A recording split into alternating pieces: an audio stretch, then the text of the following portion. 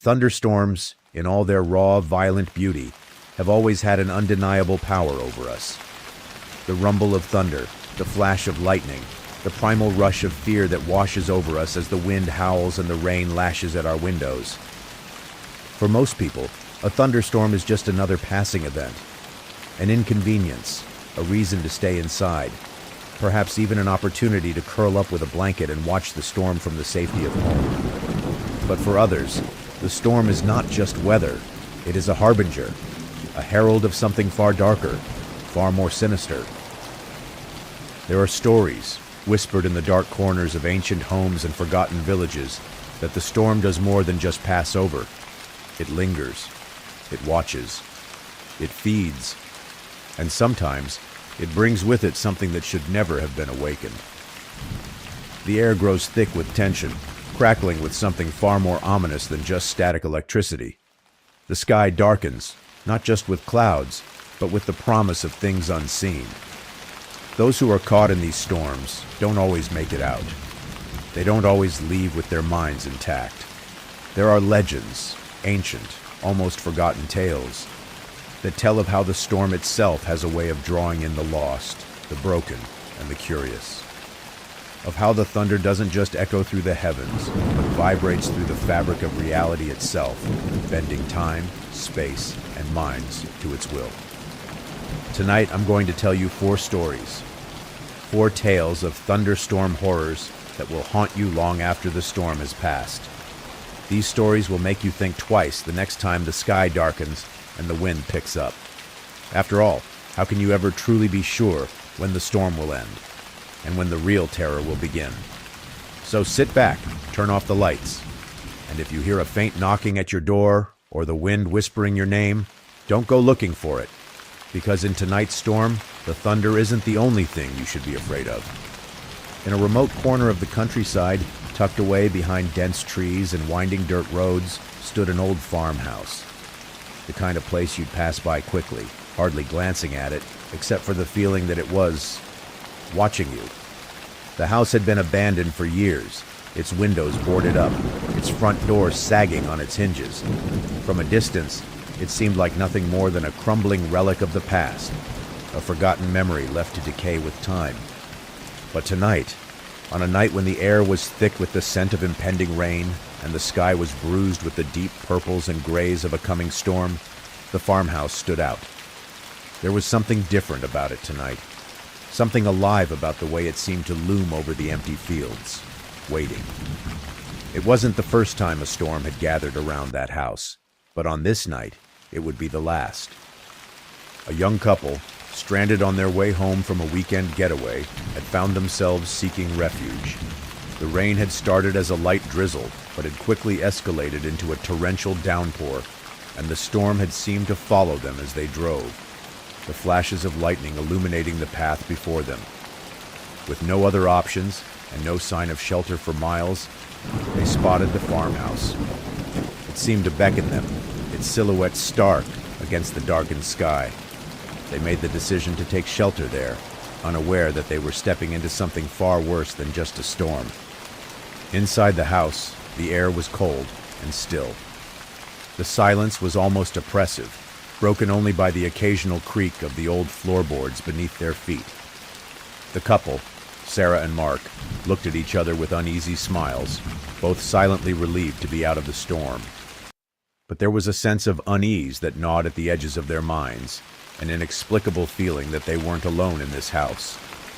They shrugged it off as nerves, the kind of jitters you get when trapped inside a strange, dark place with a storm raging outside. But the longer they stayed, the more unsettling the atmosphere became. The air, despite being cold, felt charged, like the storm outside wasn't just a natural phenomenon. It was alive, breathing, waiting for something. Mark made his way over to the window, peering out into the storm, watching the rain lash against the glass in violent sheets. "It's coming down harder now," he said, voice a little too casual, though Sarah could sense the tension in his tone. "We'll have to stay here until it dies down." But Sarah wasn't listening to him.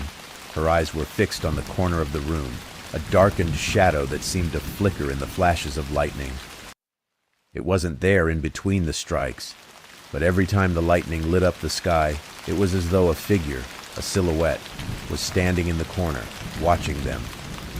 She turned to Mark, her voice low but trembling. "Mark, do you see that?"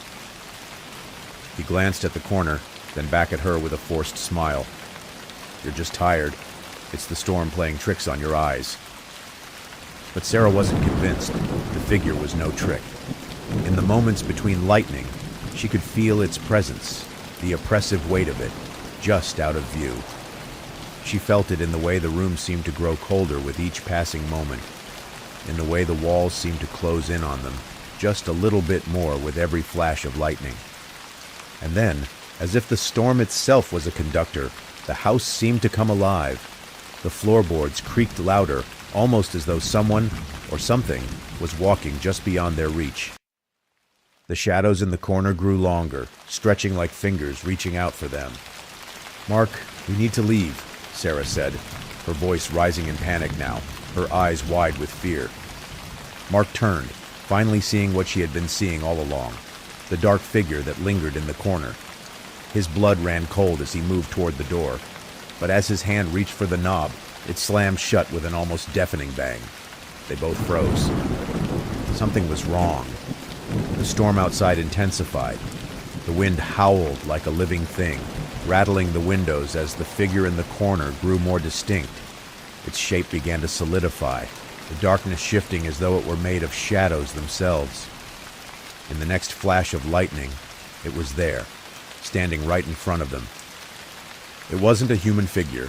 It was something far older, far darker. The air grew thick with its presence, and Sarah could hear whispers now, faint, unintelligible, but unmistakably there. The whispers grew louder with each strike of lightning until they were deafening, surrounding them. Mark's voice cracked as he shouted, "What the hell is happening?" But before he could finish his sentence, the figure moved, quickly, almost inhumanly fast. It reached out to them with cold, skeletal hands, and in that moment, the storm outside reached its peak. The thunder rumbled louder than ever before, shaking the very foundation of the house. The lightning was relentless, crackling in the sky like the hand of God himself. The entire room was alive, buzzing with energy. But it wasn't the kind of energy that comforted you. No, it was the kind of energy that terrified you, the kind that made your skin crawl. And then, as quickly as it had appeared, the figure was gone, disappearing into the shadows, leaving nothing but the echo of its whispers in the air. The storm, too, seemed to fall silent. The couple, shaken to their core, tried to run, but the door wouldn't open. They screamed for help, but no one could hear them. The house was alive with the storm, and they were trapped. As the storm raged on outside, so did the terror inside the house. The figures, the whispers, and the shadows that stretched unnaturally long would continue to haunt them until they could find a way to break free, if they could find a way to break free at all. And the thing was, no one who had ever stayed in that house during a thunderstorm had ever left alive. It was supposed to be a quiet night. Just a mother and her young son, nestled in their small suburban home, waiting out the thunderstorm that had rolled in unexpectedly. The air was thick with the scent of rain, and the wind howled against the windows, but inside, everything felt safe. The flickering of the TV, the soft clink of the dishes being put away after dinner, the comforting murmur of the storm outside, everything was as it should be. But there was something off. The storm seemed to have a mind of its own, growing stronger by the minute. The wind howled like an animal in pain, and the thunder rumbled in the distance, too low, too ominous, as if it were something far more malevolent than just the weather. Sarah had lived in this house for years, but tonight, the storm felt different. The rain was relentless, the flashes of lightning blinding, and with each flash, she couldn't shake the feeling that something was wrong. It wasn't just the storm that felt strange. There was an unsettling silence between the cracks of thunder, a weight in the air, a tension that gnawed at the back of her mind. She glanced over at her son, Timmy, who was huddled on the couch, clutching his favorite stuffed bear to his chest. His wide, innocent eyes were glued to the window, watching the rain as it streamed down in torrents. His lips parted, as if he was about to speak, but then the silence grew. For a moment, there was nothing but the storm. But just as she was about to call out to him, he whispered something that made her blood run cold. "Mama, someone's outside." Sarah froze, her breath catching in her throat. The storm was deafening. There was no way anyone could be out there, especially in the torrential downpour. She stepped toward the window, peering through the soaked glass, but all she saw was the darkness, lit only by the occasional flash of lightning. "Timmy, it's just the storm playing tricks on you," she said, trying to reassure him, though her voice trembled slightly. She turned to face him, but when she looked back at her son, his eyes were wide with fear. "No, Mama," he whispered, his voice barely audible over the storm. "It's not the storm. There's someone standing outside. I saw him. I saw him in the lightning." Her heart skipped a beat, the way he said it. There was no doubt in her mind that he had seen something, and it wasn't a trick of the mind. This wasn't just a child's wild imagination running rampant in the midst of a storm. There was something there, something real. Sarah's mind raced.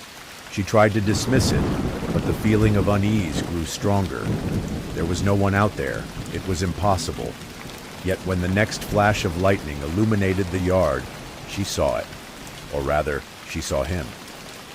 Standing just at the edge of the yard, barely visible in the rain-soaked shadows, was a figure. Tall, lanky, and unmoving. A shadow that didn't belong. For a moment, the storm itself seemed to pause. The wind quieted, and in the sudden stillness, Sarah could hear her own heartbeat pounding in her chest. The figure stood perfectly still, its head turned toward the house, its body hidden in the deep shadows of the night. But Sarah knew it was watching them. She could feel its eyes burning into her, even from that distance. "Mama." "He's coming closer," Timmy whispered again, his voice full of dread. His little hands gripped the stuffed bear so tightly that his knuckles were white. Sarah stepped back from the window, trying to calm herself, trying to dismiss the fear that was building in her chest. But it was too late. She could hear it now. The sound of footsteps, soft and deliberate, moving across the wet ground, growing louder with each passing moment. The figure was moving toward the house. "Timmy, stay here," Sarah ordered, in a voice that was far steadier than she felt. She hurried to the front door, locking it quickly, glancing out through the small crack in the blinds. The figure was closer now, standing just at the base of the front porch. The storm raged around them, thunder cracking like the sky itself was being torn apart, but the figure was unaffected. The rain didn't seem to touch it. The wind didn't move it. It stood, unnaturally still, like a creature made of the storm itself. And as the lightning flashed again, Sarah saw something she hadn't noticed before. The figure had no face, just an empty space where the head should have been, a void that sucked in the light around it, leaving nothing but darkness. In that moment, Sarah knew that whatever was standing outside her door wasn't human. It wasn't of this world. It was something ancient, something born from the very storm that raged outside, a force that fed on fear, drawing strength from the storm, from the terror it caused. "Mama, I'm scared," Timmy said, his voice breaking as he looked up at her, tears welling in his eyes. The figure was no longer standing still. It was moving now, moving toward the door. The storm intensified, the rain battering against the windows like 1,000 fists. The thunder rattled the walls of the house, shaking the very foundation beneath their feet. Sarah backed away from the door, her heart racing. She locked all the windows, bolted the back door, but it felt like it was coming from everywhere now. The air was thick with the presence of something dark, something wrong. The wind howled louder than ever, and with each gust, the entity seemed to draw nearer. And then, just as suddenly as it had started, there was silence. The storm paused, the wind stilled, and the thunder ceased. The only sound was the distant patter of the rain against the windows. Sarah stood frozen in place, her breath shallow, her hands trembling. The figure was gone, but she knew it wasn't over. The storm was far from finished, and neither was whatever had been out there. That's when the whispers started. At first, it was faint, just a murmur that seemed to echo from the walls themselves. But then it grew louder, more distinct. The words were incomprehensible, but there was no mistaking the tone. It was the voice of something ancient, something that had been waiting for this storm, waiting for her. She heard the words, or maybe felt them, deep in her bones. "You can't escape me. I will return with the next storm." She wasn't sure how much time passed before the storm finally eased, the rain slowing to a gentle drizzle, the thunder fading into the distance. But the fear stayed with her. The figure wasn't gone. It was only waiting for the next storm to return. The next time the storm came, so would it.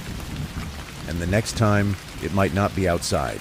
It was a late summer evening when the storm first began. Emily had been staying at her grandmother's old house, a place she had visited every year since she was a little girl. Nestled on the outskirts of a sleepy town, the house had always felt like a safe haven. Peaceful, quiet, and steeped in the kind of history that only a family home could have. Her grandmother had passed away the year before, but the house remained. It was still a place where memories lingered, where Emily's childhood had been shaped, and where she would often escape to when she needed to clear her mind. That evening, Emily had planned to spend the night alone in the house, a decision that now seemed reckless, considering what would happen next. The storm rolled in quietly at first, as many storms do. The air thickened with humidity, and the sky began to darken. The kind of darkness that doesn't come from just the setting sun, but from something far more oppressive. Something alive. A storm that wasn't just a passing event, but one that carried an ancient, unyielding weight to it. As the wind picked up, Emily closed the windows, locked the doors, and settled into the old leather chair by the fireplace with a cup of tea. She didn't think much of it at first. She had been through countless storms in that house, but this time, something felt different.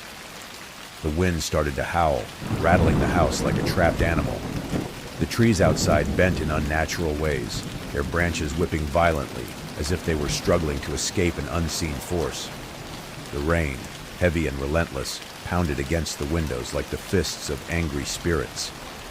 Emily tried to distract herself, scrolling through her phone and turning on a movie, but the storm outside refused to be ignored. It crept into her thoughts, lingering in the back of her mind as it intensified, its howls growing louder and more vicious with each passing minute. It wasn't just the usual thunderstorm. This was something else, something older, something that had been waiting. And as the lightning flashed in the sky, she caught a glimpse of something that made her blood run cold. For a split second, through the rain-soaked window, she thought she saw a shadow, tall, thin, and moving unnaturally fast across the yard. She squinted, but when the lightning struck again, the figure was gone, as though swallowed by the storm itself. Her heart began to race, the comforting warmth of the house now replaced by an icy chill creeping up her spine. She told herself it was just a trick of the light, a shadow from the trees. The house was old, and the storm was making everything seem more ominous. Still, the unease didn't go away. As the night stretched on, the storm showed no signs of slowing down. Emily had tried to sleep, but the noise, the constant pounding of rain and the unrelenting wind, kept her awake. It felt like the storm was closing in, trapping her inside. The walls seemed to pulse with the energy of the storm, vibrating with every flash of lightning and rumble of thunder. And then, at 3:03 a.m., the power went out. Complete darkness swallowed the house in an instant. The only light was the occasional flash of lightning that illuminated the rooms for a split second, casting long shadows that seemed to move on their own. Emily fumbled around in the dark, finding a flashlight and clicking it on. Its beam was weak and flickering, barely enough to light her way. The silence that followed was deafening. The storm outside had gone still, the air too heavy, too thick. It felt as if the very atmosphere had turned to stone, suffocating her in its oppressive weight. Then came the sound, the softest of whispers, faint but unmistakable. The kind of whisper that sounds like it's coming from the very walls themselves. Emily. She froze. Her name. The voice was familiar, but it didn't sound like her grandmother's voice. It was deep, otherworldly, and it chilled her to the bone. It wasn't a voice that should have been there, not in that house, not in the middle of a storm. She spun around, her flashlight beam darting across the room, but there was nothing there. Emily. This time the voice was closer, right behind her. Her breath caught in her throat. She swung around again, but still, there was nothing. The house was empty. No one was there. But the voice, the whisper, grew louder, more insistent. As the wind howled outside, the storm's fury suddenly seemed to mirror the growing intensity of the voice, as though the storm itself was speaking to her, calling her, drawing her closer. With trembling hands, she stepped back toward the window, the flashlight's flickering light barely illuminating the darkened room. She dared not look outside, but her instincts pushed her toward it. She reached the window and slowly pulled back the curtain, her heart thudding in her chest. The yard was empty, or so it seemed. In the distance, beyond the trees, there was something. A shape, moving in the dark, just outside the range of the flashlight. It was tall, shadowy, but there was no mistaking its outline. A figure was standing there, waiting.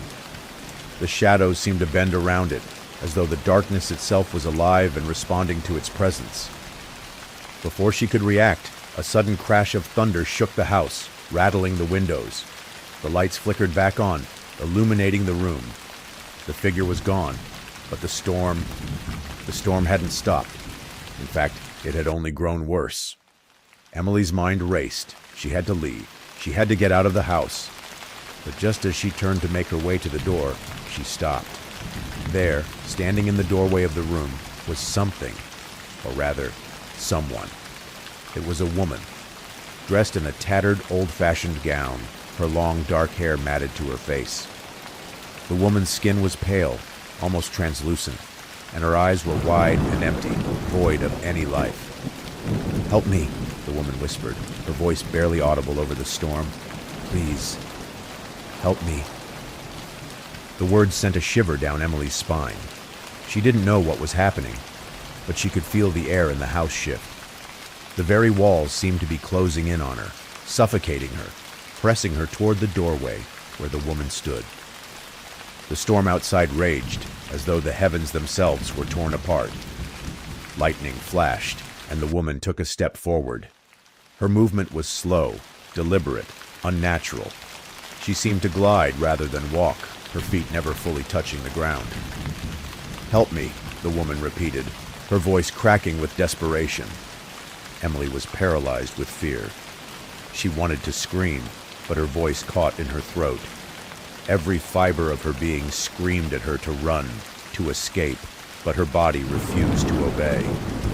The storm outside seemed to have fused with the woman's presence, an unholy symbiosis of wind and rain, and something far worse, something ancient and vengeful. Suddenly the woman's eyes locked onto hers. There was no humanity left in them, only emptiness. "You shouldn't have stayed," the woman whispered, her voice now filled with malice. "Now you'll never leave." As the words left the woman's lips, the storm intensified, its fury breaking through the house like a wild animal set free. The wind howled, the windows shattered, and the woman's figure began to distort, stretching and twisting like a nightmare. The house seemed to groan, the walls trembling as though the entire structure was about to collapse under the weight of the storm's fury. And then, as suddenly as it all began, the woman was gone. The storm, however, remained. But the house was no longer the place it had been. It was no longer Emily's childhood refuge. It was a prison built on the power of the storm and the presence of something far darker than Emily could have ever imagined. The storm never ended. It continued to rage, day and night, feeding off her fear, consuming her. Emily was never seen again. And that night, the night the storm first came, was the last time anyone dared to live in that house. It's said that the most terrifying things are often those that are never fully explained. Sometimes, fear doesn't come from the visible or the tangible.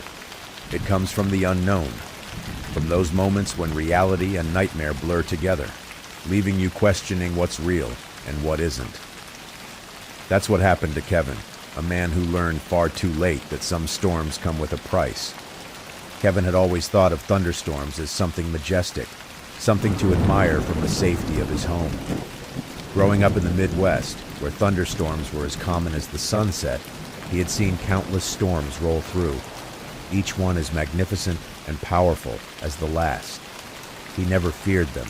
He respected them. It was just nature doing its thing, or so he thought. One evening, however, that belief was shattered. It started with a storm, of course. It was late summer, and the air had been thick with humidity all day. Kevin was sitting on his porch, sipping a cold drink, enjoying the stillness before the storm hit. He could see the dark clouds gathering on the horizon, the first distant rumbles of thunder beginning to echo across the fields. But this storm was different, unusual even. There was something off about it, though Kevin couldn't quite place what. As the wind picked up, the temperature dropped sharply, and the first heavy raindrops began to fall. Kevin decided to head inside. He closed the windows and turned on the TV, hoping to distract himself from the growing sense of unease that seemed to hang in the air. The storm had turned violent quickly, thunder crashing, lightning flashing so frequently that it seemed as though the entire sky was being torn apart.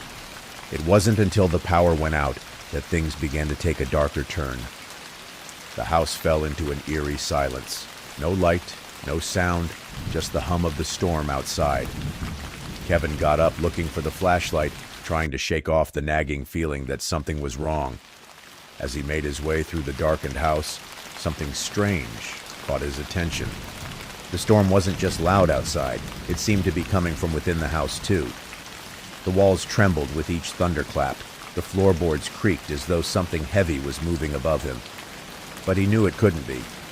He lived alone, and no one else was in the house. Kevin paused in the hallway, his eyes flicking to the staircase. The shadows of the upper floor seemed to shift unnaturally, warping with the flicker of each lightning strike. The darkness above him felt oppressive, as though something was watching, waiting.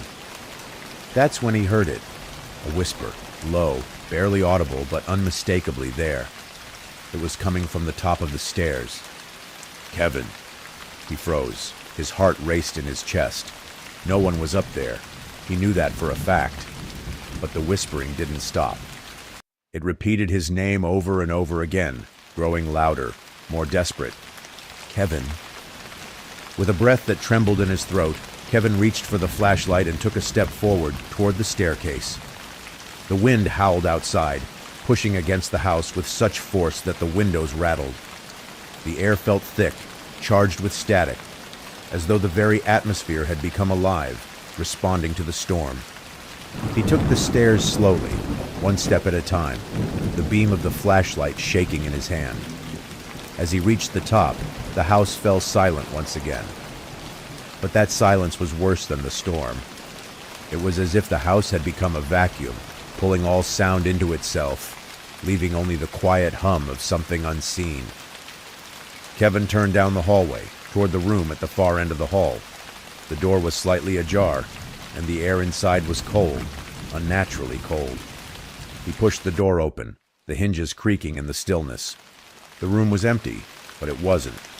On the floor, in the center of the room, was a symbol. A strange, intricate symbol, drawn in what looked like chalk, though it was hard to tell in the dim light. It looked almost like a rune or a sigil, a symbol he didn't recognize, but somehow felt he should. Suddenly, the storm outside grew more intense. The wind screamed, the rain battering against the house, and the thunder cracked like the sound of the heavens themselves breaking open. Kevin stumbled back, the flashlight flickering as a gust of wind slammed against the window. The symbol on the floor seemed to pulse with an eerie energy, almost alive, vibrating as if it were drawing power from the storm outside. Then he heard it again, the whisper. Kevin. But this time, it wasn't coming from the top of the stairs. It was coming from inside the room. He spun around, shining the flashlight in every direction. The room appeared empty, nothing out of place. But that whisper, that voice, was unmistakable. It wasn't just in the air, it was in his head, echoing inside his mind, growing louder and more frantic. The temperature dropped even more. Kevin could see his breath fogging in front of him. The symbol on the floor seemed to expand, its lines growing, stretching across the room like tendrils. He could feel something ancient, something powerful, stirring in the darkness. Then there was a flash of lightning so bright it lit up the room in stark white light. And when the light faded, the room was no longer empty. Standing in the corner of the room, facing him with an unnatural stillness, was a figure. A man, or what had once been a man. His face was twisted in agony, his body contorted in unnatural ways, his eyes wide and empty, filled with something darker than death itself. His mouth opened, a silent scream tearing through the air as he reached out toward Kevin. The figure didn't speak. It didn't need to. The message was clear in the terrible, twisted expression on its face. The storm outside grew even more violent, the wind screaming like a living thing, the rain pounding against the windows. Kevin stumbled backward, his heart racing, his mind screaming at him to run, but he couldn't. He was rooted to the spot, his eyes locked on the figure before him. That's when he saw it, the curse. The man, or whatever he had once been, was part of the storm. The curse had come alive with the thunder, with the lightning, with the very storm itself. And now it was looking for someone to claim, someone to carry its curse forward, someone to become a part of the storm. Kevin's breath caught in his throat as the figure took a step toward him, its shadow twisting unnaturally. He wanted to scream, wanted to run, but the storm had already taken hold. The figure was no longer just a man. It was an embodiment of the storm, a manifestation of everything the storm had ever been, a thing of malice, of rage, of ancient power. "You are the storm now," the figure whispered in Kevin's mind. "It has come for you." And as the lightning struck again, everything went dark. The storm raged on through the night, but by morning, Kevin was gone. The house remained, standing as it always had, though the air around it had changed. The storm had left its mark.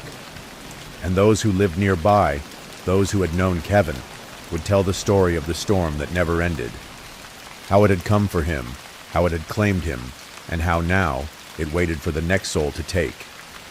And they would whisper one warning: never, ever stay during a thunderstorm. Some storms are not just storms. Some storms are curses. And there you have it. 4 thunderstorm horror stories that will haunt your thoughts long after the storm has passed. But remember, the most terrifying part isn't the storm itself. It's what it brings with it. Whether it's whispers in the dark, figures lurking in the shadows, or ancient curses waiting to be fulfilled, the storm has a way of unearthing things best left buried. But here's the thing. This is just the beginning. The world is full of stories like these. Stories that will send a chill down your spine and keep you up at night. So, if you enjoyed these terrifying tales, don't forget to like, subscribe, and ring the bell, so you never miss the next horror-filled journey. You don't want to be the last to know when the next storm is about to hit, right? Also, share your thoughts in the comments below. Have you ever experienced something like this? Or perhaps you've heard other storm stories that make your blood run cold. We love to hear your experiences here at Verified Fears. And hey, if you dare, send us your spooky stories. You might just find them featured in an upcoming video. But remember, once you share them, the storm may just start following you too.